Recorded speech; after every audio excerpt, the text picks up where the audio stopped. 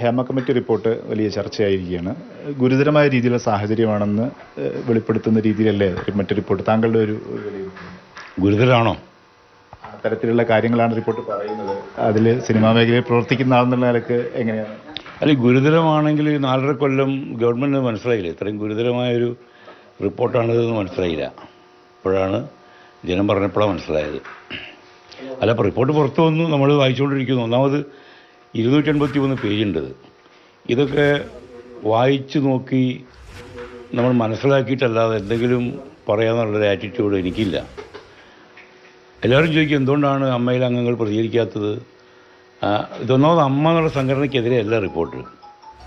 പക്ഷേ ജനത്തിന് വേണ്ടത് ഈ സംഘടന എങ്ങനെയെങ്കിലും ടാർണിഷ് ചെയ്യുക എന്നുള്ളതാണ്. പക്ഷേ ഇതിലെ ഒരു അംഗം എന്നുള്ള നിലയ്ക്ക് ഞാനിത് പഠിച്ചിട്ട് പറയാൻ തന്നെയാണ് സമയമെടുത്തത്. നമുക്കറിയുന്ന വിവരങ്ങളാണെങ്കിൽ നമുക്ക് അപ്പം തന്നെ പ്രതികരിക്കാം, നമ്മുടെ കൺമുന്നിൽ കണ്ട കാര്യങ്ങളൊക്കെ ആണെങ്കിൽ. അതല്ല, ഇത് ലീഗലായിട്ടുള്ള ടെർമിനോളജീസ് ഉപയോഗിച്ചിട്ടുള്ള ഒരു നിയമവശം അറിയുന്ന ഒരാൾക്ക് വായിച്ചാൽ മാത്രമേ മനസ്സിലാവുള്ളൂ. സാധാരണക്കാരനായി എനിക്ക് മനസ്സിലാക്കാൻ ബുദ്ധിമുട്ടുണ്ട്. അപ്പോൾ ഞാൻ തന്നെ പകുതിയായിട്ടുള്ളത് വായിച്ചിട്ട്. അപ്പം തന്നെ പറയുന്നത് നിങ്ങൾ കുറേ പേജുകൾ മിസ്സിങ് ആണ്. ഇനിയിപ്പോൾ ഞാൻ എവിടുന്ന് കണ്ടുപിടിക്കുന്നത്? പക്ഷെ എങ്കിൽ കൂടി അതിൽ മൊഴി കൊടുത്ത ആളുകൾ പറഞ്ഞിരിക്കുന്ന കുറേ അവരുടെ അനുഭവങ്ങളുണ്ടല്ലോ, അത് പരിഗണിക്കപ്പെടേണ്ടതല്ലേ? ഒരു പ്രശ്നമല്ലേ? തീർച്ചയായിട്ടും പരിഗണിക്കപ്പെടേണ്ടതാണ്. അവർ അതിനുള്ള നിയമപരമായിട്ടുള്ള നടപടികൾക്ക് പോകേണ്ടത്. ഇതൊരു കമ്മിറ്റിയുടെ റിപ്പോർട്ട് മാത്രമാണ്, ഇതൊരു ജുഡീഷ്യൽ റിപ്പോർട്ടല്ല. അത് ജുഡീഷ്യൽ പവറില്ലാത്ത ഒരു കമ്മിറ്റിയുടെ റിപ്പോർട്ടാണ്. അപ്പോൾ ഈ കമ്മിറ്റിയുടെ റിപ്പോർട്ട് അടിസ്ഥാനത്തിൽ കേസെടുക്കാൻ പറ്റുമെന്ന് എനിക്ക് തോന്നുന്നില്ല. എനിക്കറിയില്ല അതിൻ്റെ നിയമവശം. അപ്പോൾ മന്ത്രി ബാലനൊക്കെ ആണെങ്കിൽ അതിനെപ്പറ്റി പറയാൻ പറ്റും, കാരണം അദ്ദേഹമൊക്കെ നിയമജ്ഞനാണ്. എനിക്കത്ര ധാരണയില്ല. പക്ഷേ അങ്ങനെ അങ്ങനെ പറയുന്നവർക്ക് നേരിട്ട് തന്നെ കംപ്ലയിൻറ്റ് കൊടുക്കാവുന്നതാണ്. മുഖ്യമന്ത്രി പറഞ്ഞല്ലോ, അവർ കംപ്ലയിൻറ്റ് എഴുത്തുകയാണെങ്കിൽ അല്ലെങ്കിൽ പരാതിപ്പെടുകയാണെങ്കിൽ നിയമ നടപടി സ്വീകരിക്കാമെന്ന് മുഖ്യമന്ത്രി തന്നെ പറഞ്ഞിട്ടുണ്ട്. നേരിട്ട് അങ്ങനെ പരാതിപ്പെടാൻ പറ്റാത്തൊരു സാഹചര്യം ആയതുകൊണ്ടായിരിക്കുമല്ലോ ജുഡീഷ്യൽ കമ്മിറ്റിക്ക് മുമ്പാകെ അവർക്ക് രഹസ്യമായിരിക്കും മൊഴി കൊടുക്കേണ്ടി വരുന്ന സാഹചര്യം. ഇത് അങ്ങനെ പരാതിപ്പെടാൻ പോലും പറ്റാതിരിക്കുക എന്ന് പറയുന്നത് തന്നെ ഒരു സാഹചര്യം, ഒരു സുഖകരമായ സാഹചര്യമല്ല ഇൻഡസ്ട്രിയെ സംബന്ധിച്ചിടത്തോളം. ഒരു ഇൻഡസ്ട്രിയെ സംബന്ധിച്ചിടത്തോളം ആ സാഹചര്യം ഗുണകരമല്ല. സിനിമ ഇൻഡസ്ട്രി മാത്രമല്ല, എല്ലാ ഇൻഡസ്ട്രിയിലും ഇത് ബാധകമാണ്. അവർക്ക് പരാതിപ്പെടാൻ പറ്റുന്നില്ലെങ്കിൽ പിന്നെ അവർക്ക് ഫൈറ്റ് ചെയ്യാൻ തയ്യാറില്ല. പിന്നെ നമ്മളെന്ത് ചെയ്യും? അല്ലേ? അപ്പം നിങ്ങൾക്ക് വേണ്ടി നിങ്ങൾ ഫൈറ്റ് ചെയ്യണ്ടേ? നിങ്ങൾ കൊടുത്ത ഒരു മൊഴിയുടെ അടിസ്ഥാനത്തിൽ അതിൻ്റെ ഡീറ്റെയിലിംഗ് ഇല്ലാതെ എങ്ങനെയാണ് കേസെടുക്കുക? ആരും എന്തെന്ന് പറയാതെ എങ്ങനെ കേസെടുക്കുക? അപ്പോൾ ഈ കമ്മിറ്റി റിപ്പോർട്ട് വെച്ചിട്ടൊന്നും കേസെടുക്കാൻ പറ്റുമെന്ന് എനിക്ക് തോന്നുന്നില്ല, എൻ്റെ പരിമിതമായ അറിവിൽ. പക്ഷേ ഇൻഡസ്ട്രിയുടെ ഒരു പ്രതിച്ഛായെങ്കിലും അതിനെങ്കിലും വേണ്ടിയിട്ട് അമ്മ അംഗം എന്നുള്ള നിലയിൽ എന്ത് ചെയ്യാൻ പറ്റും എന്നാണ് താങ്കളുടെ ഒരു ഇപ്പം ഇത്രത്തോളം ചർച്ച ചെയ്യപ്പെട്ട സാഹചര്യം? അല്ല, ഞാൻ ഈ ഇൻഡസ്ട്രിയുടെ ഭാഗമായതുകൊണ്ട്, അമ്മയുടെ ഒരു ഭരണസമിതി അംഗമായതുകൊണ്ടും ഈ റിപ്പോർട്ടിൽ മുന്നോട്ട് വെച്ചിട്ടുള്ള പല കാര്യങ്ങളും വളരെ പോസിറ്റീവാണ്, നടപ്പിൽ വരുത്തേണ്ടതായിരുന്നു. ഇപ്പം 4.5 കൊല്ലം മുമ്പ് ഈ റിപ്പോർട്ട് വന്നിരുന്നെങ്കിൽ, അത് അമ്മയുടെ ജനറൽ ബോഡിയിൽ ചർച്ചയ്ക്ക് വന്നിരുന്നെങ്കിൽ തീർച്ചയായിട്ടും ഇതിൽ പറയുന്ന പല കാര്യങ്ങളും ഞങ്ങളുടെ സംഘടനയ്ക്ക് ഇംപ്ലിമെൻറ്റ് ചെയ്യാൻ പറ്റുമായിരുന്നു. അത് ഇനിയും ചെയ്യുന്നതാണ്.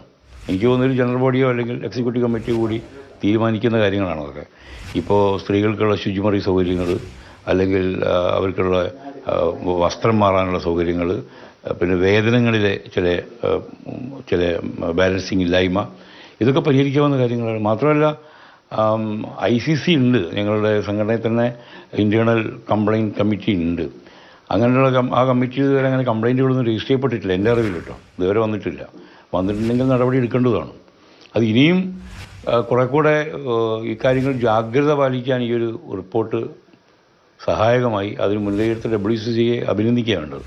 ഈ അമ്മക്ക് ഇപ്പോൾ റിപ്പോർട്ട് ഇപ്പോഴാണ് പുറത്തു വന്നിരിക്കുന്നത്. പക്ഷേ അമ്മക്കൊക്കെ ഇത്തരം സാഹചര്യങ്ങൾ ഭാരവാഹികൾക്കോ അല്ലെങ്കിൽ ഇതിൻ്റെ ഈ പറയുന്ന റിപ്പോർട്ടിൽ ഒരു പവർ ഗ്രൂപ്പ് ഉണ്ട് എന്നൊക്കെ പറയുന്നുണ്ട്, അവർക്കൊക്കെ എങ്കിലും ഇത്തരം മോശം സാഹചര്യങ്ങളുണ്ടെന്ന് അറിയുമായിരുന്നില്ലേ? അല്ലെങ്കിൽ അങ്ങനെ ഇതൊക്കെ അറിയും. നമുക്ക് പല കാര്യങ്ങളും സൊസൈറ്റിയിൽ നമുക്ക് അറിയില്ലേ? എന്നിട്ട് നമ്മൾ മിണ്ടാതിരിക്കുമല്ലോ. അപ്പോൾ ഉരുൾ പൊട്ടിയപ്പോഴല്ലേ നമ്മൾ അറിഞ്ഞത് ഈ പാറ പൊട്ടിക്കുന്നതിൻ്റെയൊക്കെ ഭവിഷ്യത്ത്. ഇത് അറിഞ്ഞിട്ടും കുറേ ആൾക്കാർ പ്രതികരിക്കുന്നുണ്ട്. പക്ഷേ സൊസൈറ്റി മൗനം പാലിക്കും. നമുക്കറിയാമെങ്കിലും ഒരു ഇഷ്യൂ ആയിട്ട് ഉയർന്നു വരുമ്പോഴാണ്, ഒരു സമരമായിട്ട് വരുമ്പോഴാണ്. ഇപ്പോൾ ഇവിടെ സ്ത്രീകൾ തുണിക്കടയിൽ ജോലി ചെയ്തിരുന്ന സ്ത്രീകൾ എത്ര കാലമായിട്ട് നമുക്കറിയാം. നമ്മൾ തുണി വാങ്ങാൻ പോകുന്ന കടകളിലൊക്കെ അവർ നിൽക്കുക, രാവിലെ മുതൽ വൈകുന്നേരം വരെ നിൽക്കുക. നമുക്ക് ആർക്കും അറിയില്ലായിരുന്നു, നമ്മളാരും അതിനെപ്പറ്റി ആലോചിച്ചിട്ടില്ല. അവർക്ക് ബാത്റൂം സൗകര്യങ്ങളുണ്ടോ, അവർക്ക് ഇരിക്കാനുള്ള സ്പേസ് ഉണ്ടോ? അതിനുവേണ്ടി ഇവിടെ വിജി എന്ന് പറഞ്ഞൊരു സ്ത്രീ മുൻകൈ എടുത്ത് പെൺകൂട്ടുണ്ടാക്കി ഒരു സമരം നടത്തി അവരെ നേടിയെടുത്തു. അപ്പോഴാണ് നമ്മൾ അറിയുന്നത്. അങ്ങനെ ഓരോ സ്ഥലങ്ങളിലും ഓരോ ഓരോ സംഘടന ഒരു ഒരു തൊഴിലിടങ്ങളിലും ഒരു ഒരു ഫൈറ്റ് വരുമ്പോഴാണ്, ഒരു സമരം വരുമ്പോഴാണ് ഒരു കാര്യങ്ങൾ നടപ്പിൽ വരുന്നുള്ളൂ. ഇവിടുത്തെ തൊഴിലാളി സംഘടന നേതാക്കന്മാരൊക്കെ തന്നെ എങ്ങനെ ഒരു പണിമുടക്ക് അനൗൺസ് ചെയ്തിട്ട് തൊഴിലാളിക്ക് കുറച്ച് രൂപ വേതനം കൂട്ടി കൊടുക്കുക എന്നുള്ളതല്ലാതെ അവൻ്റെ പരിസരങ്ങളിലോ അവൻ്റെ തൊഴിലിടങ്ങളിലോ വേണ്ട ഒരു പരിഷ്കാരത്തിനോ ഒന്നിനും ശ്രമിക്കുന്നില്ല എന്നുള്ളതാണ്. അർത്ഥത്തിൽ 4.5 വർഷം ഇത് ഒന്നും ചെയ്യാതിരുന്നു എന്നുള്ളത് ഒരു ഗുരുതരമായ സാഹചര്യം. അത്രയും സമയം ഇതിൽ അർഹതപ്പെട്ടവർക്ക് വേണ്ട പരിഗണന കിട്ടാതെ പോയി, അതല്ലേ അർത്ഥം. പക്ഷേ എങ്കിൽ കൂടി ഞാൻ ചോദിക്കുന്നത് പിന്നെ അവസരങ്ങൾക്ക് വേണ്ടിയിട്ട് ഈ വഴങ്ങിക്കൊടുക്കുക, അഡ്ജസ്റ്റ്മെൻറ്റിന് തയ്യാറാവുക, അതൊക്കെ ഒരു പതിവ് രീതിയാണെന്ന് പറയുന്നുണ്ട്. അപ്പോൾ അതൊക്കെ ഒരു പുതിയ ആധുനിക കാലത്ത് അതൊക്കെ എത്രത്തോളം നമുക്ക് അംഗീകരിച്ചു കൊടുക്കാൻ കഴിയുന്നതാണ്? പതിവ് രീതിയൊന്നുമല്ല അത്. എല്ലാവരോടും ഇത് ചോദിച്ചുകൊണ്ടിരിക്കുന്നു എന്നൊക്കെ പറയുന്നു. നെവർ. അങ്ങനെയൊന്നും എൻ്റെ അറിവിൽപ്പെട്ടിട്ടില്ല. ഞാനങ്ങനത്തെ ഒരു സിനിമയിലും ഞാൻ വർക്ക് ചെയ്തതായിട്ട് എനിക്ക് അറിവില്ല. അങ്ങനെ ചിലർക്കൊക്കെ ഉണ്ടാവും, പക്ഷേ അത് നിങ്ങൾ ജനറലൈസ് ചെയ്യാൻ പറ്റില്ല. അത് നിങ്ങൾ ചില ഇൻഡിവിജ്വൽ എക്സ്പീരിയൻസുകൾ എല്ലാവർക്കും ബാധകമാകുന്ന രീതിയിൽ പറയുന്നത് ശരിയല്ല. മാത്രമല്ല, പഴയകാല സിനിമകൾ എന്ന് പറഞ്ഞാൽ അതിൽ അഭിനയിക്കാൻ വരുന്ന അധികം ദാരിദ്ര്യം കൊണ്ടാണ്, അല്ലാണ്ട് അഭിനയ മികവ് തെളിയിക്കാനൊന്നുമല്ല.